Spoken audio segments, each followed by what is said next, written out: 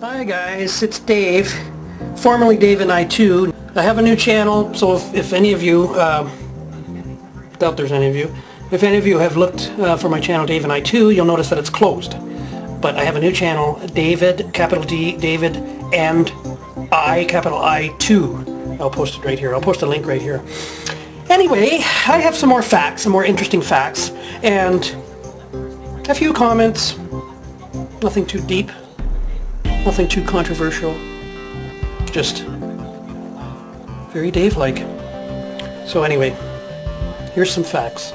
Some Dave facts, based on truth, combined with my warped sense of humor, my warped sense. Not sure it's humor, but anyway, here we go. Because of the anger towards the French government, in the USA, many restaurants in conservative communities changed French fries to freedom fries on their menu. Little is known that in Canada, we were a little angry too. We changed ours to French Canadian fries, some Quebec fries, and in remote western areas, frog fries. Or we covered them with curds and gravy and called them poutine.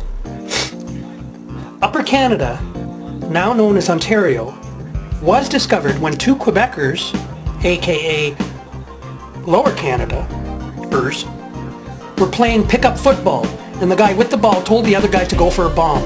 He said, keep going, keep going, keep going. And as the guy kept running to the west, he put the ball down and walked away. And he and some onlookers said something to the effect, see you later, have fun. There's a hockey version of this joke too, but I'm not sure that it would be as funny to Americans, except with the exception of maybe Minnesota and Wisconsin and states like that. There is a small ballpark in North Dakota that's the left field wall straddles the Canadian border.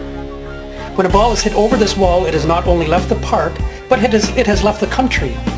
The Canadians have collected all the balls that have entered Canada and sold them at auctions, helping pay for the relocation of flood victims in the Red River Valley of Manitoba.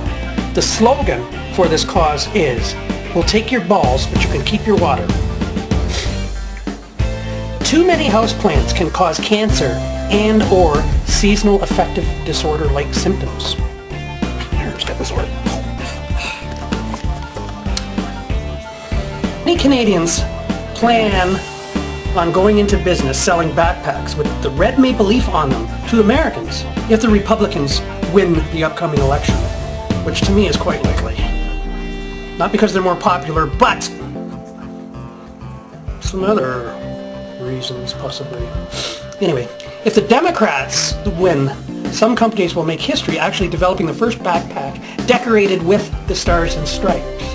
But these entrepreneurial geniuses decided whatever the outcome of the election, putting Stars and Stripes on anything is just too darn tacky.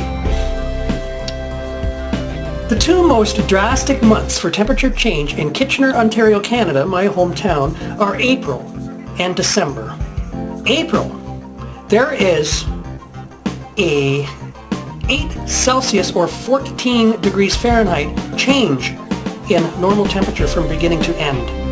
And in December, there is a 7 degrees Celsius or 13 degree Fahrenheit change. In April, the temperature goes up. In December, the temperature goes down. Canada is not in the southern hemisphere. I really love the USA, I do. I just love the really big faces there. The biggest faces in the world. John Roberts of CNN started his career in Toronto on City TV in the late 70s, doing a show called The New Music. One of the things that I really like about your writing style is that you write very much in a narrative form. And I know that these styles of music are completely different, but it's the same sort of form that Harry Chapin used to write in. And was one of the founders of Much Music in Canada.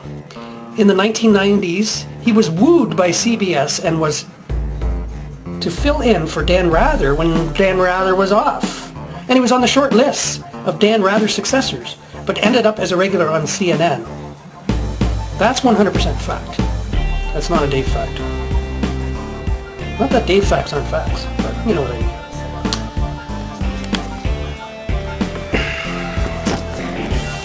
I was under the impression that everyone quickly realized back in the first Bush administration that it's not Iraq, it's Iraq or Iraq. I always equated someone saying Iraq to someone who is uninformed and out of touch. I cringe every time I hear that pasty white Sarah Palin say Iraq. Just about a year ago, when the war in Iraq, defeat at the hands of Al-Qaeda in Iraq would have left millions to our opponent, he still can't acknowledge the coming victory in Iraq. And he... I have a little bit of commentary about religion and about atheists. There's a professor that I know that is an atheist. But he believes that man is arrogant to think that we are the only intelligent beings in the universe. And if you think mathematically, then there's an infinite amount of humanoid species, and likely there's an infinite amount of people right now doing a video exactly like this. Somewhere in the universe. Never mind somewhere, an infinite amount of us. But yet, a person that believes in this doesn't believe in a higher power or superior beings and doesn't believe in UFOs. To quote Stuart Black, how fucking dumb is that? How fucking dumb is that? And this person also saw a bumper sticker that said, I don't have to search for answers anymore. God has given me answers. And this person is completely critical of that. And the same person with a disabled son can't find answers, doesn't know what to do for this disabled son. Well, I can guarantee that that person with the bumper sticker knows exactly what to do with their disabled son. I hope that makes sense. You can get the gist of it anyway.